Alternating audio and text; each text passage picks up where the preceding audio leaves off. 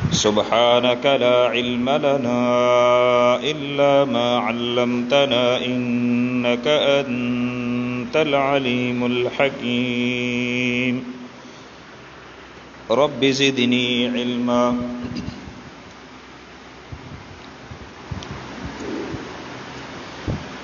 अल्लाह ताला जी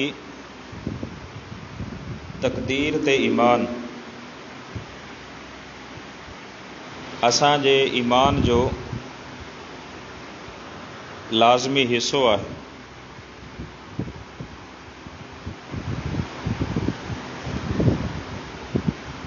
इंसान खे ज़िंदगी में जेके भलायूं पहुचनि थियूं उहे भी अल्लाह जी तरफ़ खां हूंदियूं आहिनि, ऐं जेके मुसीबतूं परेशानियूं पहुचनि थियूं उहे भी अल्लाह जी तरफ़ खां हूंदियूं आहिनि। इन करे व अन तुमिन बिल क़द्रि ख़ैरिही व शर्रिही,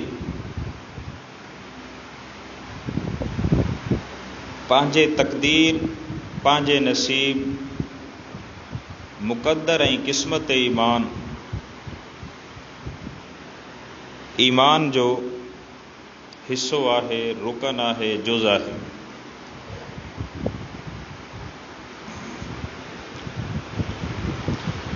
बेशक अल्लाह ताला दुनिया जी हर शइ तकदीर जे अंदर ख़लक़ी आहे। तकदीर खां ॿाहिरि न आहे। तकदीर अल्लाह जे इल्म जो उहो अंदाज़ो आहे जंहिं अंदाज़े में ग़लती न आहे। दुनिया जो हर ठाहींदड़ जॾहिं का भी शइ ठाहे थो उन शइ जी तफ़सील जे बारे में हिकिड़े किताब में लिखे थो। हिन शइ जूं ख़ुसूसियात इहे आहिनि, ही शइ इन शइ खे नुक़सान ॾेई सघे थी, हिन शइ जी मयाद ऐं मुद्दत एतिरी आहे, गारंटी एतिरी आहे। ऐं दुनिया जा साइंसदान, इंजीनियर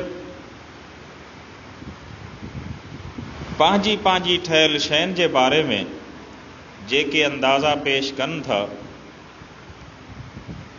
कॾहिं हू अंदाज़ा ग़लत भी थींदा आहिनि, कॾहिं सही भी थींदा आहिनि। अल्लाह ताला जेको ही कायनात ठाही आहे, मख़लूक़ात ठाहियूं आहिनि, इंसान, हैवान, जानवर ठाहिया आहिनि, उन्हनि जे बारे में हिकिड़ो अंदाज़ो, हिकिड़ो इल्म रखियो आहे जंहिं इल्म जो नालो तकदीर आहे। यकीनन अल्लाह जो अंदाज़ो, अल्लाह जो इल्म, उन में ख़ता नथी थी सघे, ग़लती नथी थी सघे। अल्लाह जंहिं शइ जे बारे में जेको फ़ैसिलो करे छॾियो आहे, जेको लिखी छॾियो आहे, हू ईअं ई थींदो। क़ाल अल्लाहु तआला इन्ना कुल्ल शैइन ख़लक़नाहु बिक़दर। बेशक असां हर शइ खे हिकिड़े अंदाज़े सां पैदा कयो आहे। वमा अमरुना इल्ला वाहिदतुन कलम्हिम बिल बसर। ऐं असांजो जेको हुक्म नाफ़िज़ थिए थो उन में कंहिं भी क़िस्म जी ग़लती नथी थी सघे।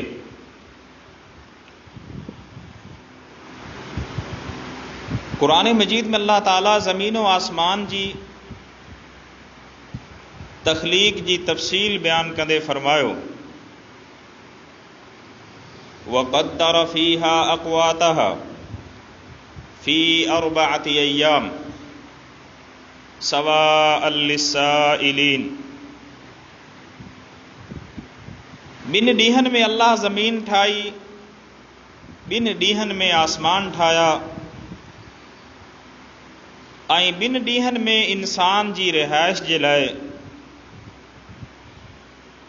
इंसान जी ख़ुराक जे लाइ नापे ऐं तोरे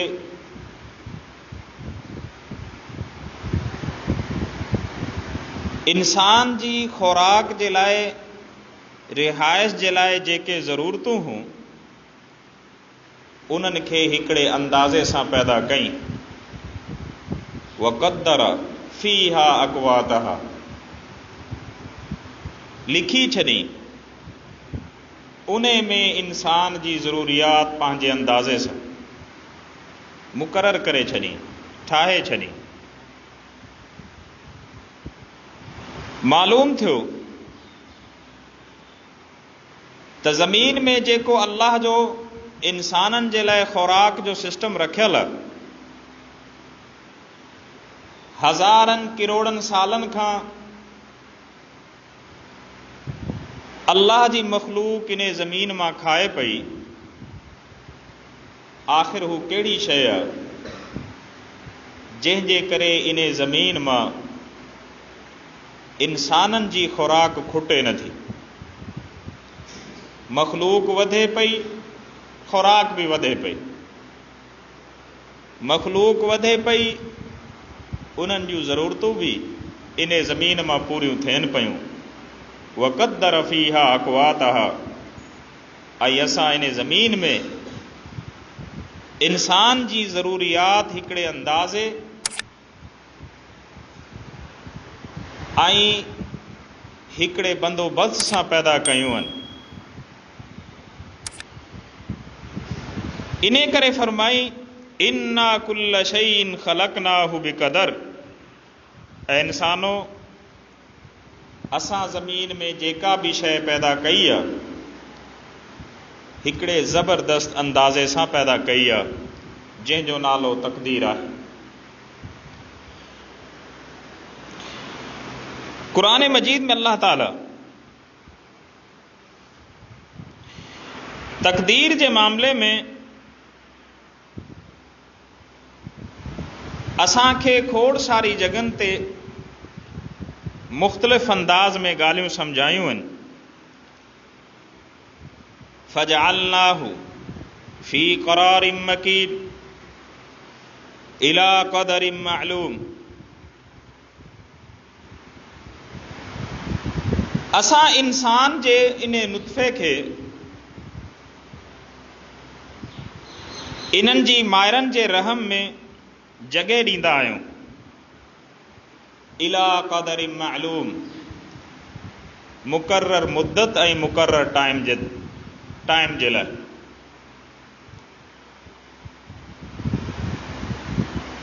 इंसान जेको मां जे पेट में रहे थो, अल्लाह फरमाए थो त इने जो इहो अंदाज़ो, इने जी इहा तक़दीर उहा भी असां लिखी आहे त केतिरो अरसो इने मां जे पेट में रहंदो। अल्लाहु अकबर। इला क़दरिन मालूम फ़क़दरना फ़निअमल क़ादिरून, ऐं इंसानो तव्हां जी तक़दीर ठाहींदड़ असां आहियूं। फ़निअमल क़ादिरून, ऐं असां तक़दीर लिखण में तमाम भला आहियूं, तमाम भला आहियूं। फ़क़दरना फ़निअमल क़ादिरून।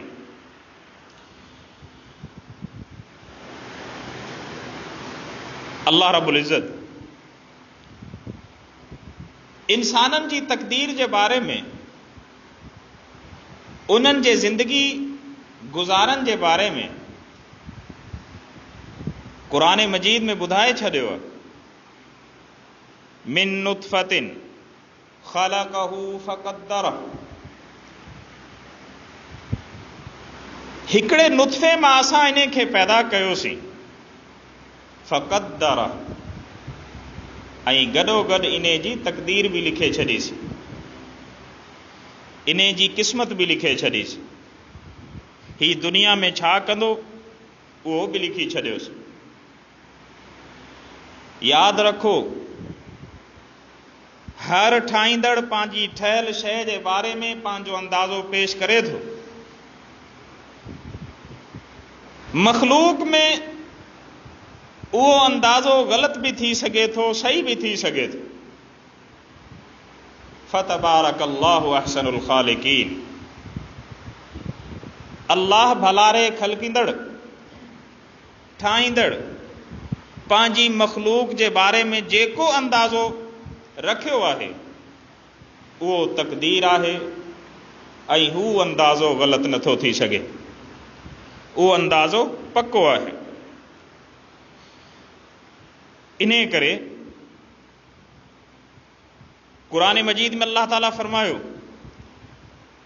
मा असाब मिन मुसीबतिन फिल अर्दि वला फी अनफुसिकुम इल्ला फी किताबिन मिन क़ब्ल अन नब्रअहा इन्न ज़ालिका अलल्लाहि यसीर। अवां खे ज़मीन में जेके तकलीफ़ूं पहुचनि थियूं, मुसीबतूं पहुचनि थियूं,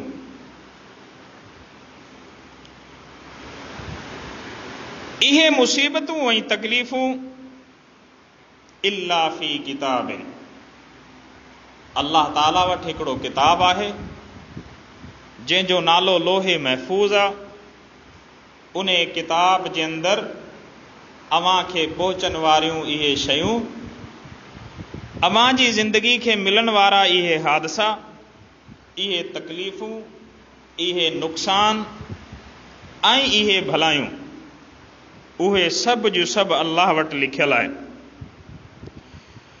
व इन तुसिबहुम हसनतुन यक़ूलू हाज़िही मिन इंदिल्लाह व इन तुसिबहुम सय्यअतुन यक़ूलू हाज़िही मिन इंदिक कुल कुल्लुम मिन इंदिल्लाह।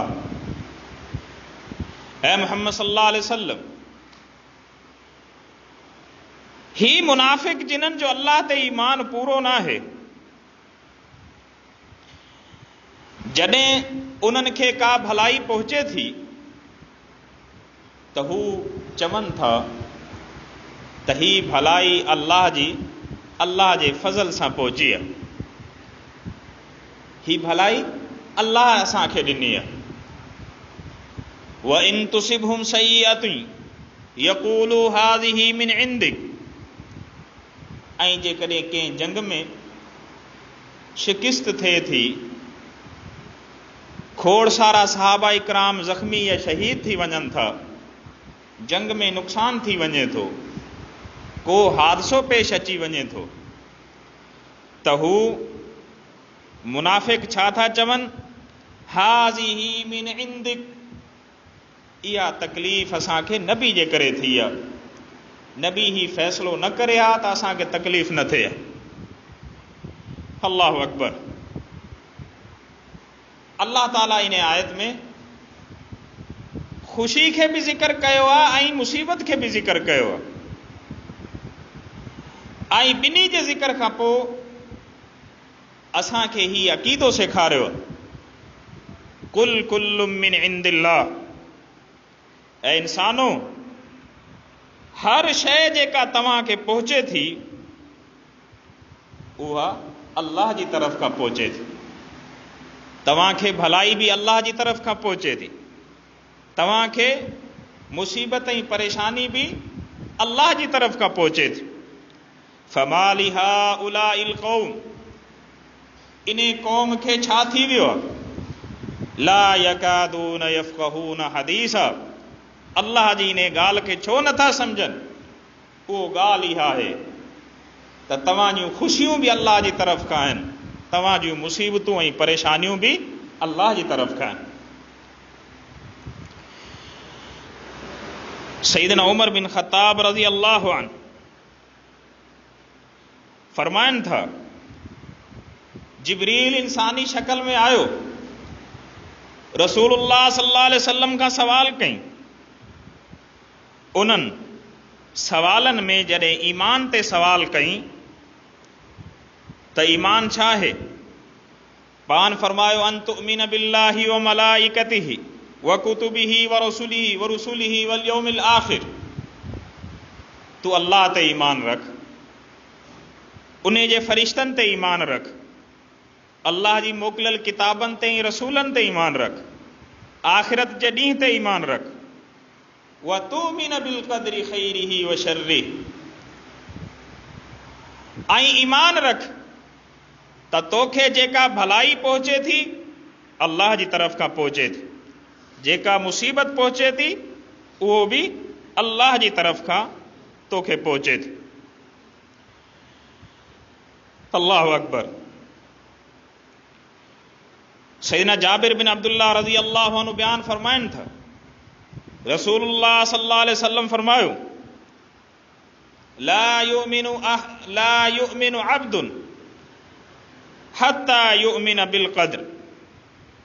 एस ताईं मुसलमान नथो थी सघे जेस ताईं पंहिंजी तक़दीर जे बारे में उन जो अल्लाह ते ईमान न आहे। तक़दीर जे बारे में उन जो अल्लाह ते ईमान न आहे। लिहाज़ा खोड़ सारा इंसान अल्लाह जी तक़दीर जो इनकार कनि था। हू चवनि था त असांखे जेका ही खुशहाली पहुती आहे, रिज़क मालो दौलत पहुतो आहे, इन में असांजी अक़ल जो कमाल आहे, असां सियाणा आहियूं। ऐं जेके ग़रीब आहिनि उहे चरिया आहिनि। न मुंहिंजा भाइर, नहनु क़समना बैनहुम व मईशतहुम फिल हयाति दुनिया। ऐं इंसानो, तव्हांजी मईशत खे तक़सीम करण वारा असीं आहियूं। ही असांजो फ़ैसिलो आहे। कंहिंखे अमीर थियणो आहे, कंहिंखे ग़रीब थियणो आहे। जेकॾहिं इंसाननि जी महिनत ते हुजे हा त मज़दूर खां वधीक को महिनत नथो करे।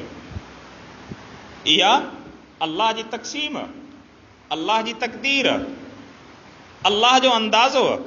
लिहाज़ा रसूलुल्लाह सल्लल्लाहु अलैहि वसल्लम फरमायो त एस ताईं को मोमिन नथो थी सघे जेस ताईं पंहिंजी क़िस्मत ते ईमान नथो रखे। हत्ता यअलम अन्नमा असाबहु लम यकुन लियख्तिअक व अन्नमा अख्ता लम यकुन लियुसीबु। हू ही ॻाल्हि सम्झी वञे त मूंखे जेको हींअर नुक़सानु थियो आहे इहो मुंहिंजी ग़लती जे करे कोन थियो आहे, इहो अल्लाह जी तरफ़ां लिखियलु हो, अल्लाह जी तरफ़ां लिखियलु हो। असांखे नुक़सान जेके पहुचनि था, हादसा पहुचनि था, उन्हनि हादसनि खां पोइ दुरुस्त अक़ीदो इहो आहे त इन मुसीबत खे, इन हादसे खे अल्लाह जी तक़दीर जी तरफ़ मंसूब कयूं। ग़लति तरीक़ो ही आहे त असां पंहिंजी ग़लती सम्झी करे पंहिंजे नफ़्स खे सॼी ज़िंदगी तकलीफ़ ॾींदा रहूं। यादि रखो, अल्लाह जी तक़दीर ते ईमान में इहो फ़ाइदो आहे त इंसान जे दिलि तां उन मुसीबत ऐं परेशानी ऐं उन हादसे जो ग़म निकिरी थो वञे जॾहिं इहो इंसान इन मुसीबत खे अल्लाह जी तरफ़ मंसूब करे थो। उहो ग़म इन जे दिलि तां लही थो वञे। ऐं जेको इंसान उन ग़म खे पंहिंजी ज़ात जी तरफ़ मंसूब करे थो, इन हादसे, इन मुसीबत खे अल्लाह जी तरफ़ नथो सम्झे, त उहो इंसान सॼी ज़िंदगी तकलीफ़ में थो रहे, पंहिंजे नफ़्स खे तकलीफ़ थो ॾींदो रहे। अल्लाहु अकबर। रसूलुल्लाह सल्लल्लाहु अलैहि वसल्लम जी हदीस आहे, अन अबी हुरैरा रज़ियल्लाहु अन्हु इज़ा क़ज़ल्लाहु लिअब्दिन अन यमूत बिअर्दिन। यादि रखो, तक़दीर केतिरी अहम शइ आहे। कहिड़ो अजीब अल्लाह जो अंदाज़ो आहे, कहिड़ो अजीब बेमिसाल ऐं बेख़ता अल्लाह जो इल्म आहे। रसूलुल्लाह सल्लल्लाहु अलैहि वसल्लम फरमायो, ऐ इंसानो, तव्हां मां जेकॾहिं कंहिं इंसान जी मौत अल्लाह कंहिं ज़मीन ते रखी आहे ऐं ही इंसान उन ज़मीन खां तमामु परे आहे, तमामु परे आहे, रसूलुल्लाह सल्लल्लाहु अलैहि वसल्लम फरमायो, जाअल लहू इलैहा हाजतन औ काल बिहा हाजतन, अल्लाह ताला उन ज़मीन जी तरफ़ इन जी का न का ज़रूरत रखे थो, इहो पंहिंजी ज़रूरत लाइ वञे थो ऐं उते इन जी मौत अची थी वञे। अल्लाहु अकबर। मुंहिंजा भाइर, इन करे अल्लाह ताला फरमायो, ऐनमा तकूनु युद्रिकुमुल मौत वलौ कुंतुम फी बुरूजिम मुशय्यदा। अल्लाह जी तकदीर ऐं अल्लाह जे फ़ैसलनि खां तव्हां नथा बची सघो। जेकॾहिं तव्हां जी मौत लिखियल त दुनिया जा मज़बूत तरीन किला अव्हां खे अल्लाह जे इन फ़ैसिले खां बचाए नथा सघनि। जंहिं जॻह ते इंसान जी मौत लिखियल आहे उन जॻह ते ही लामहाला वेंदो, का न का इन जी ज़रूरत थींदी, ही उन जी तरफ़ सफ़र कंदो ऐं पोइ इंसान परेशान थींदा त सॼी ज़िंदगी हिकिड़ी जॻह ते रहियो ऐं इन खे मौत ॿी जॻह ते आई ऐं वियो बि आरज़ी, छो त उन इंसान जी तकदीर उन जॻह ते लिखियल हुई ऐं उहा तकदीर, उहो अल्लाह जो फ़ैसिलो, उहो अल्लाह जो इल्मु हर हाल में पूरो थियणो। अल्लाहु अकबर। रसूलुल्लाह सल्लल्लाहु अलैहि वसल्लम जी हदीस आहे, उबई बिन काब रज़ी अल्लाहु अन अब्दुल्लाह बिन उमर रज़ी अल्लाहु अन फरमाइनि था, रसूलुल्लाह सल्लल्लाहु अलैहि वसल्लम फरमायो त अल्लाह ताला हर शइ खे हिकिड़ी तकदीर ऐं हिकिड़े अंदाज़े सां पैदा कयो आहे। हिकिड़े तकदीर, हिकिड़े अंदाज़े ऐं हिकिड़े इल्म सां पैदा कयो आहे। अहिड़ी तरह सैयदना अबू हुरैरा रज़ी अल्लाहु अन्हु खां सही मुस्लिम में हदीस आहे, रसूलुल्लाह सल्लल्लाहु अलैहि वसल्लम फरमायो, फ़इन असाबक शैउन फला तकुल लौ अन्नी फ़अलतु कज़ा व कज़ा लकान कज़ा व कज़ा। ऐं मुंहिंजा सहाबी, तोखे जेकॾहिं का मसलो थी वञे, का नुक़सान थी वञे, पोइ इहो ॻाल्हियूं न कंदो कजां त जेकॾहिं मां ईअं कयां हा इन नुक़सान खां बची वञा हा, ही कमु कयां हा त इन नुक़सान खां बची वञा, तूं इहा ॻाल्हि चई छॾींदो कर, वलाकिन क़द्दर अल्लाहु मा शाअ फ़अल। अल्लाह मुंहिंजी तकदीर में इहा शइ लिखी हुई ऐं जेका शइ अल्लाह मुंहिंजी तकदीर में लिखी हुई उहा शइ हर हालत में थियणी हुई ऐं इन करे मूंखे ही जेको मुसीबत, हादसो ऐं परेशानी पहुती आहे इहो अल्लाह ताला जी तरफ़ खां पहुती आहे। अल्लाहु अकबर। मुंहिंजा भाइरो, सो असां क़ुरान मजीद ऐं रसूलुल्लाह सल्लल्लाहु अलैहि वसल्लम जी हदीसनि मां इहा शइ सम्झिया आहियूं त इस्लाम असांखे जेको अक़ीदो ॾिनो आहे तक़दीर जे ईमान जो, ही बहितरीन अक़ीदो आहे। छो त परेशानी ऐं मुसीबत असांजी ज़िंदगी जो हिसो आहे। असांजी ज़िंदगी में इहे शयूं हलंदियूं ऐं इस्लाम सम्झाए थो त इन्हनि ख़ुशियुनि खे, इन्हनि परेशानियुनि खे ऐं इन्हनि मुसीबतनि ऐं हादसात खे अल्लाह जी तरफ़ मनसूब करे छॾियो त पोइ अव्हां सुकून में अची वेंदो, इत्मिनान में अची वेंदो ऐं अव्हां जे मथां इहे जेके नफ़्स ते बोझ हूंदा, तकलीफ़ूं हूंदियूं, उहे शयूं ख़तमु थी वेंदियूं। इन करे इस्लाम में सब्र जूं सबर जो जेको हुक्म आहे वो इन ही करे आहे त इंसान पंहिंजी परेशानियुनि मां तंग थी करे का ग़लत फ़ैसिलो न करे छॾे। ऐं अहिड़ी तरह इस्लाम जे अंदरि तक़दीर जे हवाले सां सबर जो जेको हुक्म आहे उन जी अल्लाह ताला वॾी साराह कई आहे, अल्लाह ताला वॾी तारीफ़ कई आहे। अल्लाह ताला क़ुरान मजीद में सबर करण वारनि खे पंहिंजे साथ जो वादो कयो आहे। इन्नल्लाह मअस्साबिरीन, ऐं इंसानो अल्लाह सबर करण वारनि जो साथी आहे। सबर छा ते सबर?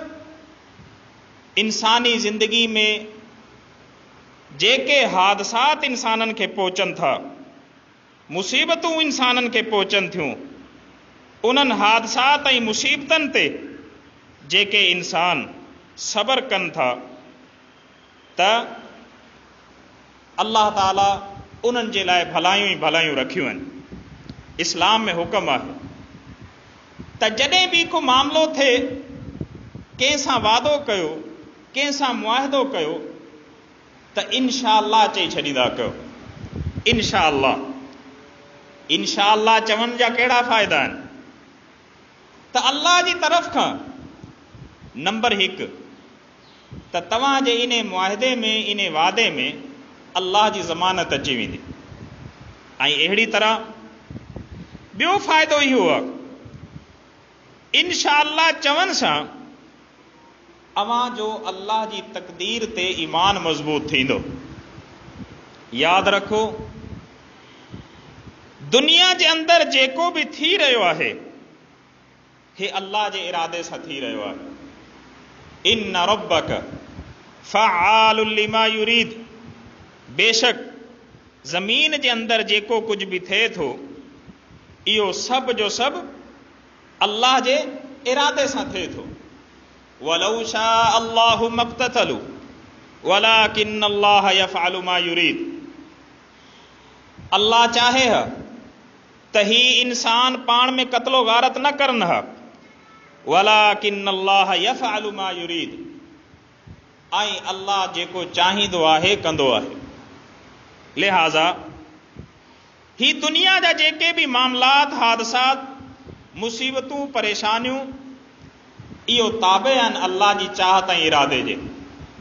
जॾहिं इंसान इंशाअल्लाह चए थो त उहो पंहिंजे इन मामले खे, पंहिंजे इन मुआहिदे खे, पंहिंजे इन वादे खे अल्लाह जी मशीयत ऐं अल्लाह जे इरादे जे ताबे थो करे छॾे, अल्लाह जे इरादे जे ताबे थो करे छॾे। इन करे इहा शइ अल्लाह जे नबियनि खां बि क़ुरान मजीद में साबित आहे ऐं रसूलुल्लाह सल्लल्लाहु अलैहि वसल्लम बि इन शइ जो हुक्म ॾिनो आहे त असां पंहिंजे मामलात में इंशाअल्लाह जो इस्तेमालु कयूं। सईदना इब्राहीम अलैहिस्सलाम जो किस्सो, पुट खे ख्वाब में ॾिठई ज़बह कंदे, इस्माईल अलैहिस्सलाम खां जॾहिं इन ख्वाब जे बारे में ज़िक्र कई त इस्माईल अलैहिस्सलाम छा चयो? सतजिदुनी इंशाअल्लाहु मिनस साबिरीन।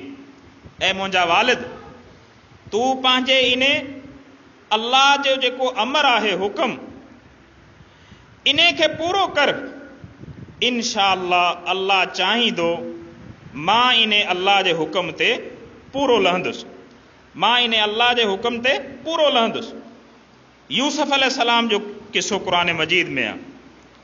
यूसुफ अलैहिस्सलाम जॾहिं विज़ारत ख़ज़ाना मिले थी, उन खां पोइ पंहिंजे भाइरनि जा जेके ज़ुल्म हुआ उहे ज़ुल्म गिणाईंदे यूसुफ अलैहिस्सलाम आख़िर में छा थो चए?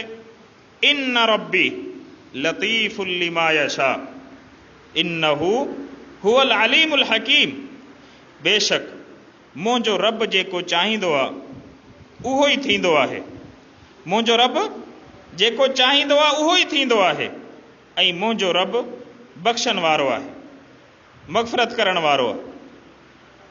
क़ुरान मजीद में अल्लाह ताला खोड़ सारे नबियनि जो जेको ज़िक्र कयो आहे, उन्हनि नबियनि पंहिंजे मामलात खे, पंहिंजी शयुनि खे, पंहिंजे किस्सनि खे इंशाअल्लाह चई करे अल्लाह जी तरफ़ मनसूब कयो। ज़करिया अलैहिस्सलाम पंहिंजी क़ौम खे छा था चवनि? इन्नल्लाह यर्ज़ुक़ु मन यशाउ बिग़ैरि हिसाब। ऐं मुंहिंजी क़ौम, रिज़क़ अल्लाह जंहिंखे चाहींदो आहे ॾींदो आहे। मन यशा, इंशाअल्लाह, इंशाअल्लाह जे माने में बेशक अल्लाह जंहिंखे चाहींदो आहे रिज़क़ ॾींदो आहे। अल्लाह जो जेको इरादो आहे, जेका तक़दीर आहे, उहा ई नाफ़िज़ थींदी। ऐं जेको अवां चाहींदो, जहिड़ी तरह अवां चाहींदो, उहो न थींदो। थींदो नाफ़िज़ अल्लाह जो फ़ैसिलो, ऐं अल्लाह जेको चाहींदो उहो ई थींदो। त क़ुरान मजीद जे इन अक़ीदे जे तहत क़ुरान मजीद में खोड़ सारे नबियनि जो ज़िक्र आहे त उन्हनि पंहिंजी इन्हनि मुसीबतनि खे, परेशानियुनि खे अल्लाह जी तरफ़ मनसूब कयो आहे। पंहिंजे मुआहिदनि खे, पंहिंजी ॻाल्हियुनि खे अल्लाह जे इरादे सां जोड़ियो आहे, अल्लाह जे इल्म सां जोड़ियो आहे। त यादि रखो, तक़दीर इंसाननि जे बारे में, मख़लूक़ात जे बारे में अल्लाह जो उहो अंदाज़ो आहे, उहो इल्म आहे जेको अल्लाह इंसाननि खे ठाहिण खां पहिरियां लिखियो हो। ऐं उहो अल्लाह जो अंदाज़ो ग़लति नथो थी सघे। अल्लाह जो इहो अंदाज़ो ईअं ई थींदो जीअं अल्लाह लिखियो आहे, ऐं उन में कंहिं बि क़िस्म जी तब्दीली नथी थी सघे। असांखे हुकम आहे, असां पंहिंजे नुक़साननि खे, हादसात खे, पंहिंजी ख़ुशियुनि खे, पंहिंजे नफ़े खे अल्लाह जी तरफ़ मनसूब कयूं, अल्लाह जी तरफ़ मनसूब कयूं। ऐं असां पंहिंजे मामलात खे, पंहिंजी ज़िंदगी खे अल्लाह जे इरादे जे अंदरि, इंशाअल्लाह जे अंदरि, अल्लाह जी चाहत जे अंदरि उन जे मातहत कयूं। ऐं अल्लाह जे तक़दीर, अल्लाह जे फ़ैसिलनि जे मुक़ाबले में पंहिंजे पाण खे घणो सियाणो सम्झण जी कोशिश न कयूं। रसूलुल्लाह सल्लल्लाहु अलैहि वसल्लम जे हिकिड़े सहाबी ॿिए सहाबी खे नसीहत कंदे चयो त ऐं मुंहिंजा दोस्त, इहा ॻाल्हि यादि रख त जेकॾहिं तूं अल्लाह जी तक़दीर ते ईमान न रखंदे, उन जे बारे में शक कंदे, हीउ जेको साम्हूं जबल आहे, इहो जबल जेकॾहिं सॼो सोन जो तो वटि हुजे ऐं तूं सॼो सदको करें, पर तुंहिंजो तक़दीर ते ईमान न आहे, अल्लाह तोखे इन जो ज़र्रो बि अजरो सवाब कोन ॾींदो, ज़र्रो बि इन जो फ़ाइदो न थींदो। त तक़दीर ते ईमान ज़रूरी आहे, असांजे ईमान जो हिसो आहे। ऐं असांखे खपे त असां हर हालत में अल्लाह जी इन तक़दीर ते, अल्लाह जे इन्हनि फ़ैसिलनि ते, अल्लाह जे इन्हनि इरादनि ते, ऐं अहिड़ी तरह अल्लाह जी मशीयत ते ऐं पंहिंजी क़िस्मत ते ख़ुशि रहूं। पंहिंजी मुसीबतूं बि अल्लाह जी तरफ़ मनसूब कयूं, पंहिंजूं ख़ुशियूं ऐं पंहिंजा नफ़ा ऐं पंहिंजा फ़ाइदा उहे बि अल्लाह जी तरफ़ मनसूब कयूं। अल्लाह ताला खां दुआ है त अल्लाह ताला इन अक़ीदे जे तहत असांजो इख़्तिताम करे। अक़ूलु मा तस्मऊन, अस्तग़फिरुल्लाह ली व लकुम व लिसाइरिल मुस्लिमीन।